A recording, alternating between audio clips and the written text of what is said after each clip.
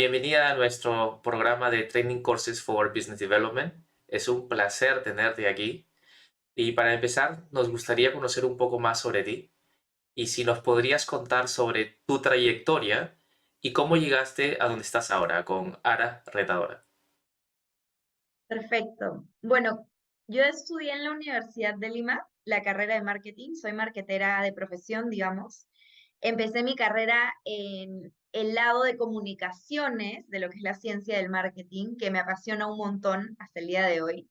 Este, y luego cuando estoy en uno de mis trabajos, que fue en retail, en un supermercado muy conocido en Perú que se llama Totus, me di cuenta de que me faltaba esta parte más de negocios y que yo había tenido muy influenciada durante toda mi vida porque siempre he sido emprendedora fugaz. Ponía y deshacía un negocio pequeño, desde el colegio vendía lapiceros, una época hice tutús para niñas que bailan ballet, pinté cuadros, siempre traté de hacer algo adicional a mis estudios o a mis voluntariados, porque también he hecho muchos voluntariados. Y me di cuenta que me faltaba esta parte comercial, así que en Totus es que me migro al área comercial de Totus como compradora de todo lo que es no alimentos. Pasé de ver decoración, vestuario, calzado, un montón de cosas súper interesantes, accesorios, ferretería, automóvil, una serie de categorías muy interesantes. Y ahí es donde refuerzo y recuerdo esta conexión con mi yo emprendedora que ya existía. Yo tengo la marca de Ara Retadora desde el 2017 y fue ahí donde dije, tengo que ponerle más fuerza a mis proyectos, crear algo mío, seguir potenciando esta vena comercial que tengo, esta vena de hacer negocio. Y hoy en día, con mucha felicidad te puedo contar que ya me dedico 100% a mis propios proyectos, de los cuales te voy a comentar más adelante. ¿Podrías hablarnos un poco sobre Ara Retadora? ¿Qué es y cuál es su propósito? Ana Retadora nace de una manera muy inocente, como yo siempre digo, porque nace en el 2017 por la pura casualidad de que yo hice un reto en el cual por un año no me compré nada que no sea de primera necesidad. Es decir, no compré ropa, no compré accesorios, no compré maquillaje, con la necesidad o con el objetivo de ahorrar mucho más porque quería irme a estudiar moda a Londres. Entonces, con este objetivo en mente y con mi falta de cumplimiento de mis objetivos de ahorro hasta el año 2016, decidí hacer este reto y ahí es donde lanzo las redes y la marca era Retadora, justo por eso el nombre Retadora. Y me doy cuenta en el camino, yo solo tenía amigos y familia en mis redes y era básicamente para contarles lo que estaba haciendo y para recibir esta presión social y de no dejar el reto. Me doy cuenta que se empieza a unir personas que yo no conocía, personas externas a mi entorno, y empiezan a tener mucha conexión con este reto y ahí es donde empiezo a volver mis redes públicas y empiezo a trabajar lo que es mi marca personal como era retadora. Y en el 2017 también conozco todo lo que es la educación financiera a través de lectura, de libros mágicos que conocí, que me fueron cambiando la mentalidad, que es algo muy importante hacer en la vida, desafiar a nuestra mentalidad. Y ahí es donde empiezo a migrar todo mi contenido hacia la educación financiera. ¿Me puedes nombrar uno o dos títulos de esos libros que te cambia la mentalidad, por favor? Claro que sí. Mira, uno que me impactó mucho es Segunda Oportunidad de Robert Kiyosaki, porque es un muy buen libro. Su libro más conocido es Para el rico, para el pobre, pero el Segunda Oportunidad es muy buen libro para los que ya nos equivocamos, para los que ya estamos en una instancia en la que ya cometimos errores y necesitamos un poco control Z, control Z, ¿no? Y luego otro libro que me impactó mucho es You Are a Badass at Making Money de James Sincero. Es un libro en inglés, pero que tiene una serie de actividades para desafiarte a creerte que eres capaz de generar dinero y de mantenerlo, ¿no? De generar riqueza y de por qué es importante generar esa riqueza que te lleva a conectar mucho más con lo que es tu propósito y cómo logras tu propósito a través del dinero que simplemente con la acumulación de este, ¿no? Ay, interesante. Creo que me voy a leer esos títulos. Todo emprendimiento tiene sus desafíos. Entonces aquí viene la pregunta típica de ¿cuáles fueron los desafíos de Arra Retadora y tuyos en los primeros días o en los primeros meses de empezar el proyecto y cómo lo superaste? Bueno, definitivamente dos cosas. Estaba rompiendo con un hábito que yo tenía muy consolidado, que es el hábito de las compras. Entonces, las compras excesivas. Entonces, yo creo que ahí es un reto muy personal el desafiarte a salir de tu zona de confort, el desafiarte a romper con ese automático en el que a veces vivimos para poder descubrir algo mucho más grande que hay dentro de ti y empezar a trabajar sobre eso. Y lo segundo es también las etiquetas.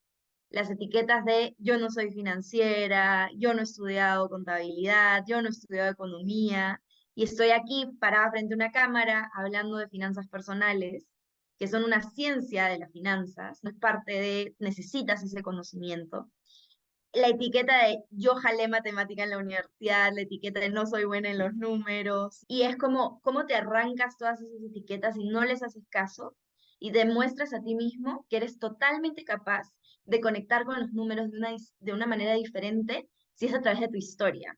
Por eso yo siempre hablo de finanzas más humanas, porque yo creo que todos, absolutamente todos somos capaces de desarrollar nuestra propia ciencia financiera si empezamos por conocernos a nosotros mismos.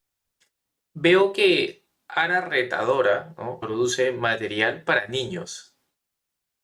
¿Cómo es el material? Si nos puedes hablar un poco del material o en qué se enfocan estas historias. Claro que sí.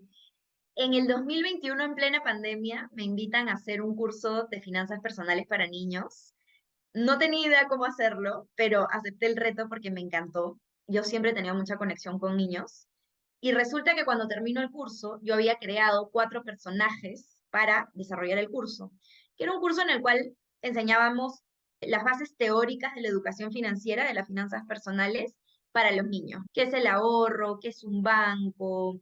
¿Cómo se distribuyen los gastos entre gastos fijos, gastos variables? ¿Cómo se distribuyen los ingresos? Todo esto en un lenguaje infantil. Y cuando terminó de hacer el curso, me di cuenta de que yo podía contar historias con esa información. Para esto siempre me ha gustado escribir, toda la vida. He estado en todos los concursos de cuentos y de poemas de mi colegio y desarrollé mi primer libro, que fue lanzado en noviembre del 2021, que se llama Giver y sus amigos, donde a través de cuentos le explicamos a los niños las bases de lo que es la educación financiera o las decisiones financieras que nosotros tomamos en la vida. Y hoy ya está en preventa mi segundo libro, que se llama Muchi, la vaquita emprendedora, que habla básicamente del pilar de generación de ingresos dentro de lo que es el universo de educación financiera. ¿Cuáles fueron los retos que tuviste que pasar cuando sacaste el primer libro? Algo que te haya marcado. Lo que más me marcó es cuánta gente me dijo que no lo haga.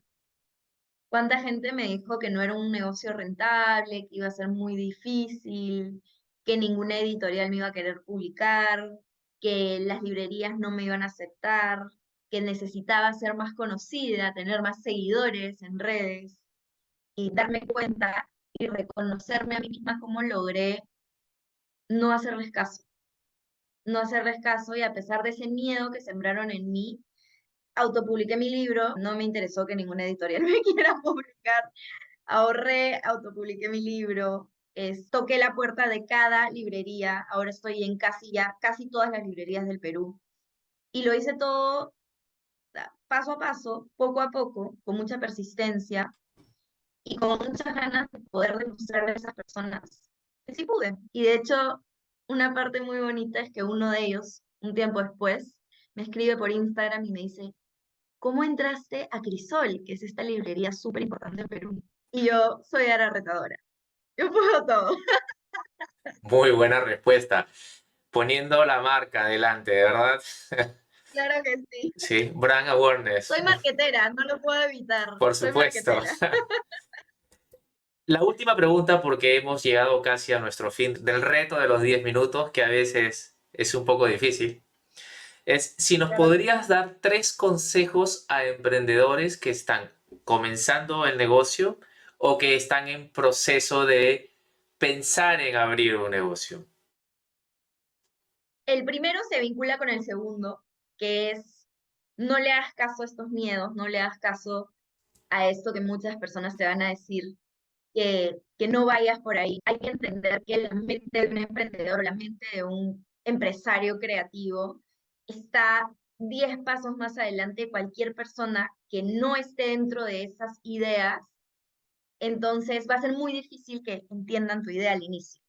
Cuando lo haces, ya se las puedes demostrar. Entonces, no tengan miedo y no escuchen a los demás para pedir buenos consejos. Si piden consejos a personas que ya lograron algo, es importante siempre rodearte de personas que te pueden enseñar cosas con mucha experiencia, pero tampoco permitan que eso definan todas sus decisiones. Así que no escuchen al miedo, no escuchen a los demás, sean muy consistentes con sus ideas, con su convicción.